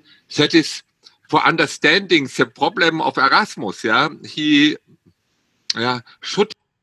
Okay, so he's claiming that the Complutensian guys only used 2 manuscripts. I guess that's for Revelation. I might have to just double check that, but I'm pretty sure that's what he claimed. He correct his text of Revelation 22, hearing and seeing the Complutensian without controlling the manuscript. He didn't correct himself. Well, thanks for the reference to Reuchlin. It's been very interesting because I looked in Reuchlin's work for any use of Revelation that he made and whether he used his manuscript. And this is a direct proof that's far more useful than anything written by Reuchlin, I think. As for the Complutensian, well, yes. Well, I still have to find a 16th century source that gives me directly proof that there was competition between Erasmus, between Froben and Madrid. I have not yet found a 16th century source that states that. That is something that starts popping up in the 18th and 19th century in scholarly literature, that there was some kind of race to have an editio princeps. And that also focuses very much on being the first to publish a Greek text. But if you look at Froben's edition, it is not, in the first place, a publication of the Greek text. The Greek text is some kind of underlying evidence there. So that it's a bit more complicated there. So I would agree with Kranz there, because you have Erasmus doing what he did. So you had the Complutensian Polyglot was printed in 1514. First printed one, but they didn't publish it until 1522. Now people are like, oh, well, the Pope banned it, sort of thing. No, it was in 1520 that they finished their Old Testament.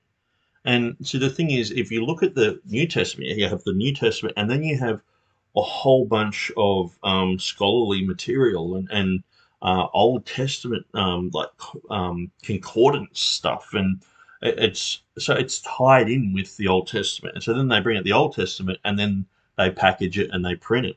So, but the thing is that they sort of make out that, like, you know, Erasmus, he sort of rushed to print because he was trying to get ahead of the Complutensian guys, but they wouldn't have brought that edition out anyway because it's tied in with the rest of the work that they're doing. And then you have the Aldine edition come out. Now, I understand that they were in Venice, but they're still under, you know, the papal authority. And so the Aldine guys just print one in 1518, and it's like, and then Erasmus brings out another edition, and that, you know, he's just pumping these editions out. And so I think, like Jan Kranz is saying, that these type of stories came about later, where they're trying to read these problems in. And so I'll just go through the chat here. We have Jesus Princess Carolyn. It's astonishing that the textual critics believe that people that accuse Erasmus of wrongdoing, but they won't give Erasmus the benefit of the doubt. Yeah, so that's the thing. People will, if you are critiquing Erasmus or Stephanus or Beta, people will listen to you, but they won't listen to the people themselves. They won't. They'll say, "Oh, he's a fool. He's an idiot." And this is one of the things that, when I first became a Christian, you just hear these stories of, "Oh, yeah, King James is a homosexual." It's like, "Oh, really?" Then you hear, "Oh, he's a pedophile." It's like, "Oh, okay, that escalated quickly." And then you find out he had 8 kids, so he's obviously not homosexual. Homosexual means you're only with men. He could be bisexual then, and it's like that. So then you look into that. It's like, well, he had 8 kids, and he was the only king of that era who slept in the same bedroom as his wife. Other people had different quarters, where it's like, the husband over here and the wife over here, and they only meet for certain occasions. And like he was staying with his wife, and it's like he actually wrote a book against it. And it's like, it's not looking good for and the accusations that came through were many years after he died, and so I just I looked into that and just went, that's just ridiculous. How come people keep saying that? And what you'll find is there's this whole spicy element of the BBC, British Broadcasting Company, that they've talked about the royals so much, but they have to create this royal scandal because they know that Princess Diana, the ratings went through the roof, and so they'll just create this scandal of Meghan Markle and all this. Everything's a scandal, and everything's this paparazzi, and so they like to retroactively put that on to someone like King James, who really, when I read his stuff, he was like pretty boring in a sense of there's not much scandal happening. I mean, with his mother, that was next level. Like she was through the roof with scandals and all the rest of it. But when you look at him, he was raised by the Presbyterians. Presbyterians even sort of today are known to be pretty dry. You know what I mean? It's not like there's this huge big scandal. Presbyterian minister just ripped off $1 million here. It's like, no, there's pretty just stock standard. And, the Presbyterian Church. I know in Scotland in the early days they were pretty rad, but it just seems like King James was just a Christian guy who'd been put in this kingship position in Scotland, who took over the Church of England and was like, okay, how am I going to work some things out? And when you read through biographies and you cut out the saucy things of him calling someone a favourite. I mean, Henry VIII called people favourites.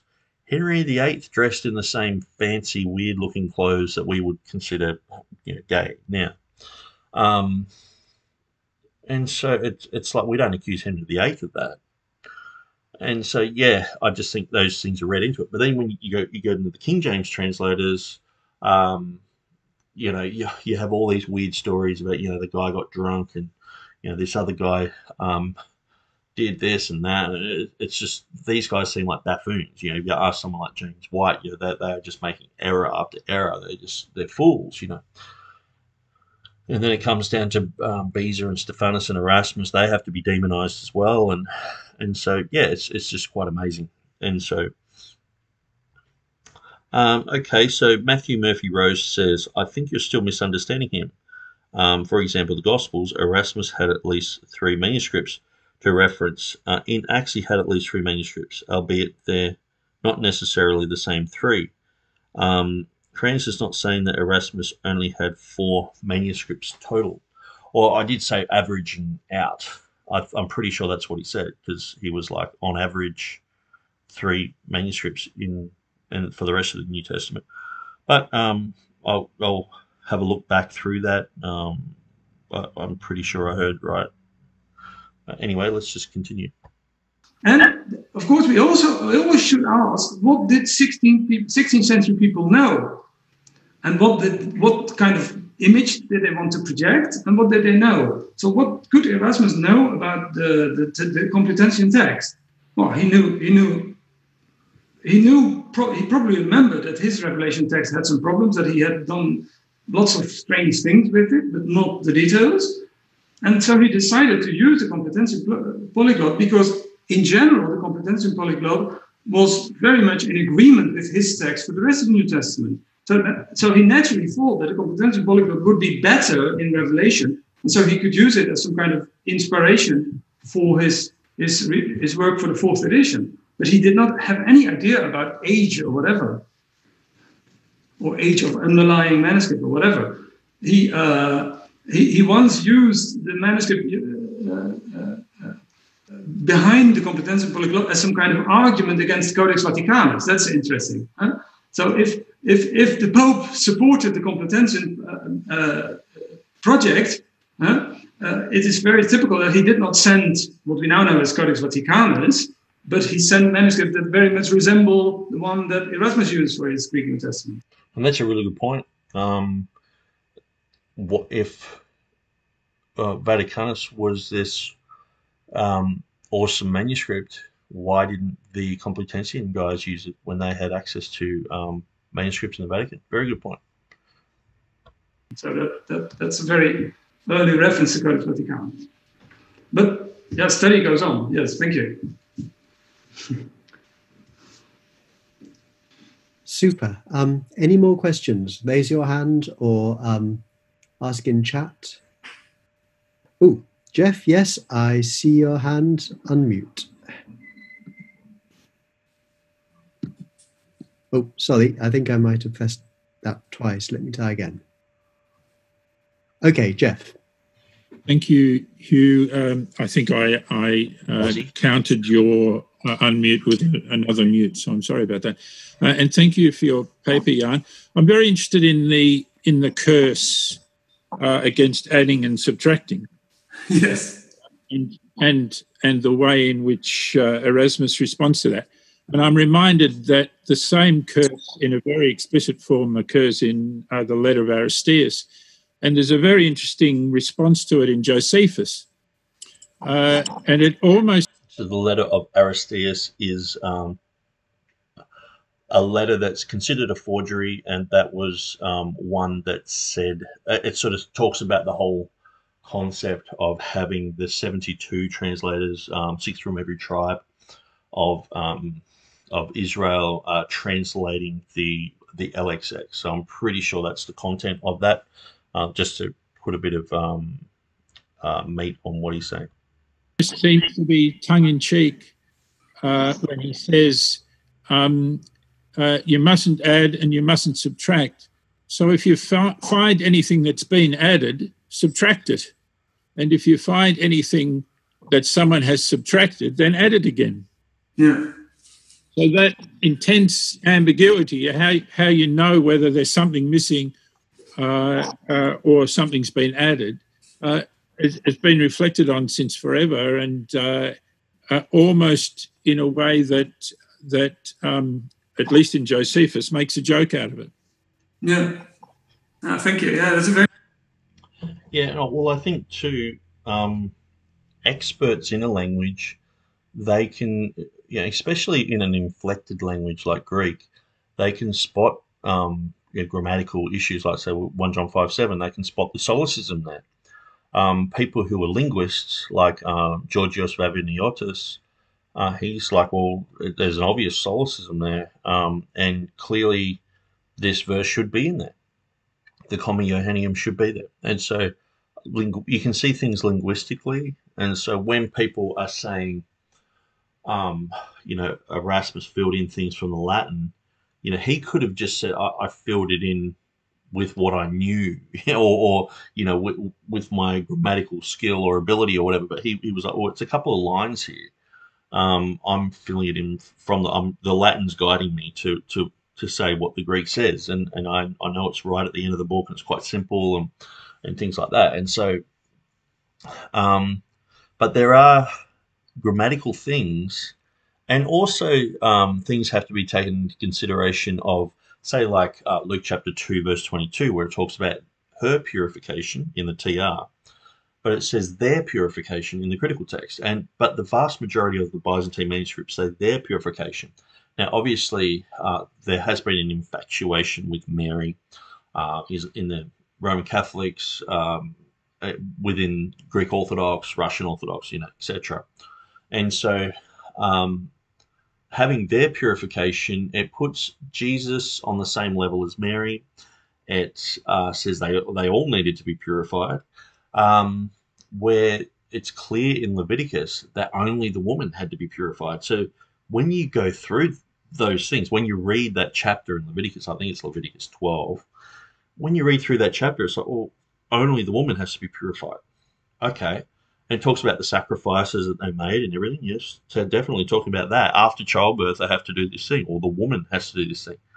And so it's only 2 letters. So basically it's ofton or oftos. And so they there's 2 letters difference, 2 or 3 letters. Anyway, and so, but the issue is it contradicts the Old Testament. So why would they all be doing this? And so obviously it's talking about the woman. And so obviously that's an error that's crept in. And so people who are experts in linguistics, they can spot these things. People who are experts in the Bible itself, like Erasmus and Stephanus and Beza, they can spot these things as well. Like say 1 John 5:7 can be spotted by someone like Georgios Vaviniotis. This error that contradicts the Old Testament can be spotted by anyone who's just a faithful Bible reader and who believes that the Bible is consistent with itself. Very nice reference. Of course, for textual criticism, this verse is very complicated because I don't think it is about textual criticism as such. It does not show awareness of scribal change and that the textual critic have the task to undo it. But in this case, for me, it was a very nice find for me that I finally found a reason why Erasmus created this false recollection of homotheleiton of just this verse. He finally found a reason why Erasmus created this false narrative of homotheleiton for this verse. So he's recently, around, just before this video sort of thing, he's finally found a reason why he made up this story. Erasmus made up the story about homotheleiton. So he's been asking himself these type of questions and saying, well, why would Erasmus lie about this? Or why would he be mistaken about this? And where I think if Kranz wasn't part of the critical text guys, if he was getting paid to be an independent thinker, but he's not, he's paid to defend the critical text side. If he was neutral, like James White claims he is, claims Jan Kranz is a neutral scholar, without a barrier push. If he was neutral, I think he would have asked these questions and gone, hang on, let's look at this manuscript. Is it really the one? More in depth than he has. So that was really something that I had not expected to find. And Lee's accusations against him were, of course, very, very serious. And it may be one of the first times that really this verse in Revelation is used against some text critical work and then invoked again in text critical work. So it's very, very nice, actually. Yeah, I find that very interesting. And it's interesting. They had the riots that were to do with the Septuagint and the Latin readings, where the verse in Jonah where it talks about the gourd, and so it was translated in a different way, and so there were actually riots about that. It's quite interesting too. There was the gospel riots that happened in Greece in 1901 with the introduction of a Bible that they considered poorly translated, and there were riots, and I'm pretty sure people died. It was like 8 people or something died in these riots. It was pretty full on anyway. I can ask a question myself. I was really interested by your observation that an intermediary was prepared for the printing of 2814. Is that specifically because it was a Catena manuscript, and so somebody needed to go through and take all the biblical text out of it, or was that a relatively common procedure? Well, there's discussion on this one, actually. One moment, I have some notes on this.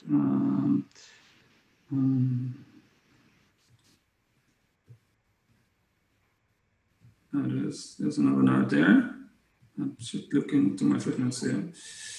This is really footnote stuff now, but okay, that's all right. Yeah, no, I can't find it, but there is an article by Patrick Andries who says that maybe Erasmus started to have an intermediate copy for the typesetters with the epistles of Paul, but he stopped that process because it was too tedious, and it was easier to just edit lightly the manuscript and send them to the typesetters, and then do the rest of the corrections of forms. But in the case of Revelation, to have a commentary manuscript and then have the typesetter extract the text, well, it was problematic in the manuscript to begin with. And also, the typesetters need to have choir estimates. They need to have a good estimate of the amount of text that is contained. And if you have a commentary manuscript in which you take only 2 lines or 5 lines or 10 lines of each page, it becomes very complicated to have a good estimate of how the edition will be. And that's the main reason that when you have a commentary manuscript, you have to have this intermediate text. So you have to have what Patrick Andries calls la méthode indirecte in preparing the edition. But these two methods existed alongside each other. But it would have been, if you see the amount of interventions and the amount of changes that were made eventually to the text of 2814 in order to become the 1516 text, there are so many that it would be completely impractical for the typesetter first prepare the forms and then corrections to that form. But the thing is that if it is that text, it makes more sense to go, hang on, if that was the only text and Erasmus's text differs so much from it, then perhaps we're looking at the wrong manuscript here. In the form of the interventions that we see on the page. So so the idea has occurred to someone that this Latin expression describenda curavimus. So we had the text copied out. That the copying was actually the printing itself. But I think the lot.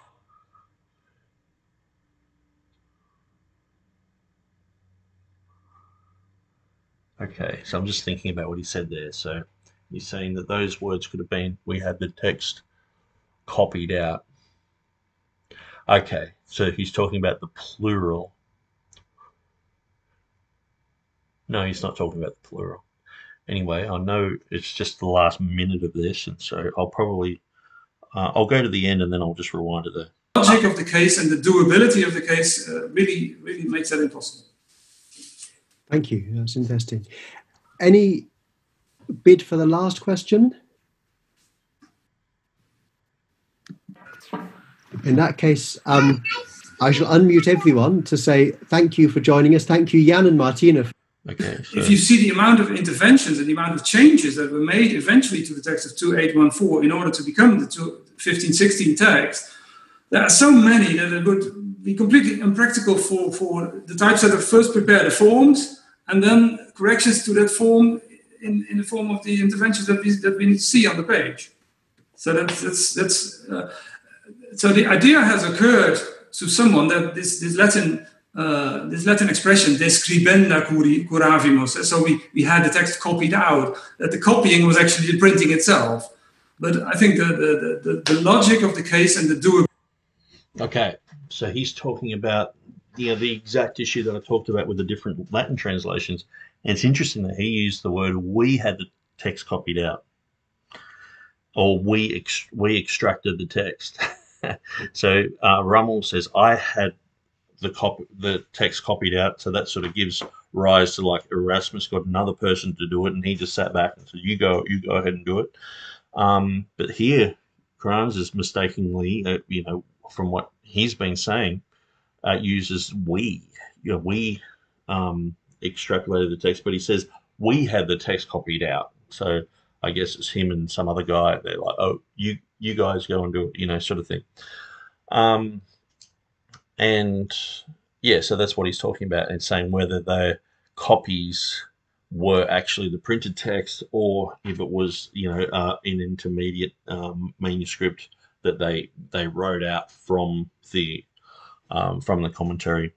I would say it's the commentary manuscript, and I would say Erasmus worked on that. But anyway, so that's the end of what we've got to say there. I'll just continue his last little bit. The ability of the case really makes that impossible. Okay, so I'm just going to try and find this little bit that Matthew Rose is talking about. Now, it was in the middle here somewhere where he had this list. So I'll just go back through that. What he did with the rest of the New Testament, it shows, even just by way of conclusion, actually, right? It's worth to enumerate the points at which Erasmus' treatment of the Greek text of Revelation differs markedly from the rest of the New Testament. While Erasmus could send other manuscripts directly to the typesetters, after there is some editing still visible in those manuscripts, the Revelation manuscript was not suited as printer's copy. He had but one Greek manuscript for Revelation, a commentary manuscript of that, against at least 3 for each of the other 3 parts of the New Testament. So that against at least 3 for the other. He had but one Greek manuscript for Revelation, a commentary manuscript of that, against at least 3 for each of the other 3 parts of the New Testament. Against at least 3 for the other parts of the New Testament. So against at least 3. Okay, so that's clearly what he said.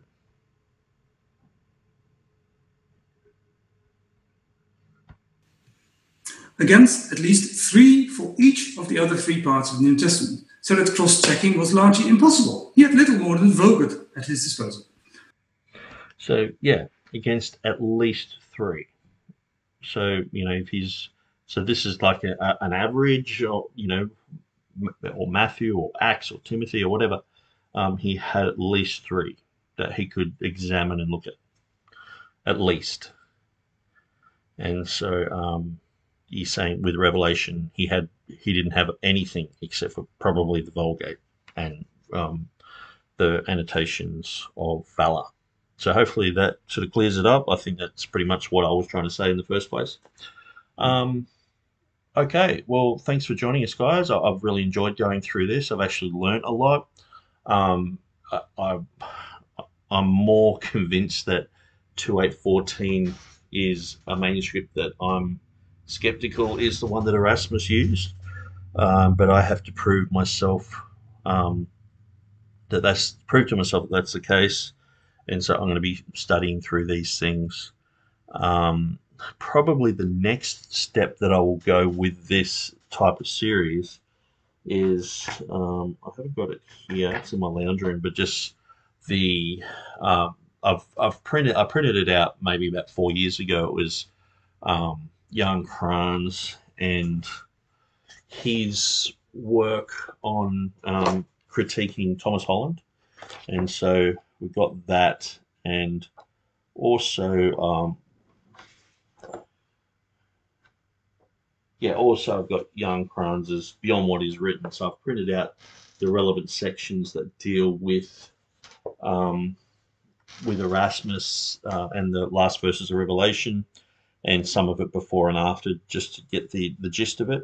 And so I sort of printed these out. I found that sitting for long periods of time in front of the computer, I'd get really tired. But if I had it printed out, I could actually sort of relax and sit on the lounge and, sort of write things and underline things. And then when I went back to it, it was very good. And so, but I'm finding now the best way for me to study is to actually, like, say, go through something like this, and just, if I get an idea, I'll put it into my website. It's like as another heading, or say, like, there was a few names mentioned, like he mentioned Patrick Andres, and he said that he was talking about the manuscript of 2814, and so that's just a name where I've got to put into Google search, find out about his material. Perhaps he's on academia, but I've got so much material. I've contacted lots of people to, if they've done any study on this, give me their stuff, and I've just, it's been quite overwhelming. I've got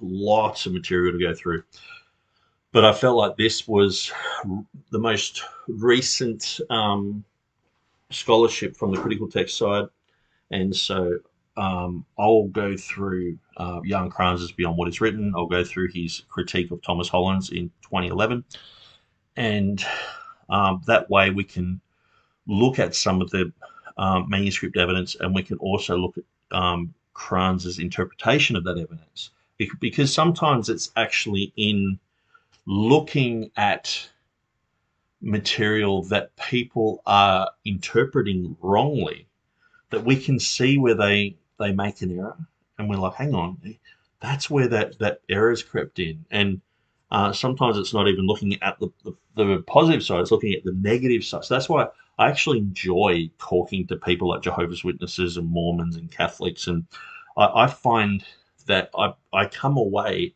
strengthened in my stance on the Bible when I talk to these guys, because they'll say things I'm like, that's where their error is, that little bit there, and I can turn it around and be strengthened in that, So my place says, "G'day Nick, Brad in Melbourne. Hope all's well, mate. Interesting topics. Hey Brad, good to see you. Hopefully everything's going well for you in Melbourne, lockdown city. Hopefully Dictator Dan hasn't got to you yet. But God bless you guys. I've got to go. I think I've got visitors here, so I better go and open the door. But thanks, guys, for watching. I'm going to continue this series and my other series that I'm doing. We'll see you next video. God bless you guys.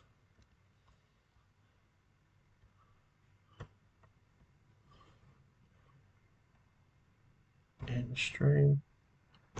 End.